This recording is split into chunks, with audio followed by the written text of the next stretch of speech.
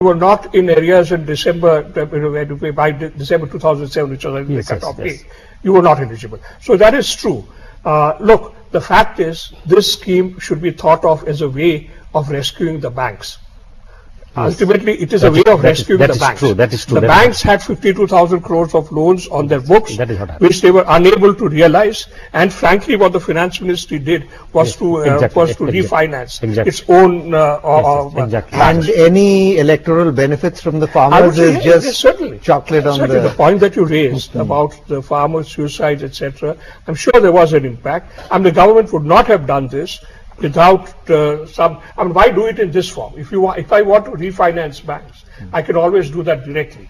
I don't have to do that through a farm loan waiver. So you do it through a farm loan waiver because you're getting political mileage. So undoubtedly, the scheme was directed at political mileage. There's no doubt about that. And refinancing the banks is a collateral benefit. Which scheme is not?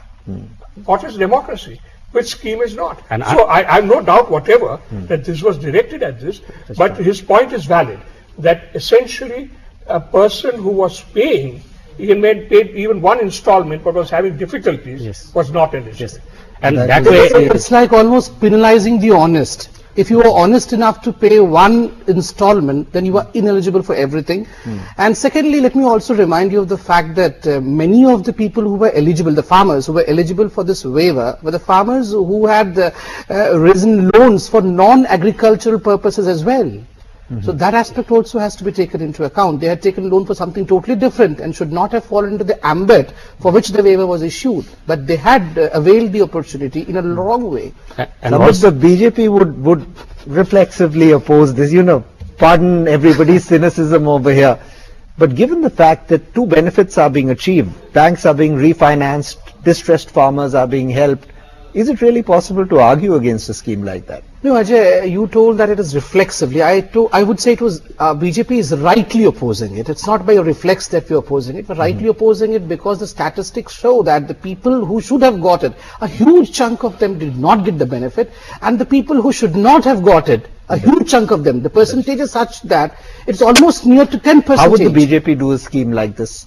I believe without such huge percentage of... no, that's a very... is there a better way of doing this? No, I would say that I'm not sure that there's a very much better way of doing this. What I would say is the important lapse here, in my view, is the 1/3 of the farmers who haven't got their certificate. The whole point of a loan waiver scheme is that I'm now eligible for a fresh loan. But I'm not going to be eligible for a fresh loan unless I have that parcha, which says that this has been written off. Now, if 1/3 of the guys didn't get it, then one key benefit was denied to 1/3 of the people who got the loan waiver. That, I think, is something the government should investigate. So first impressions coming in only with this CAG report. There'll be a harder look, I'm sure, taken at this scheme over here.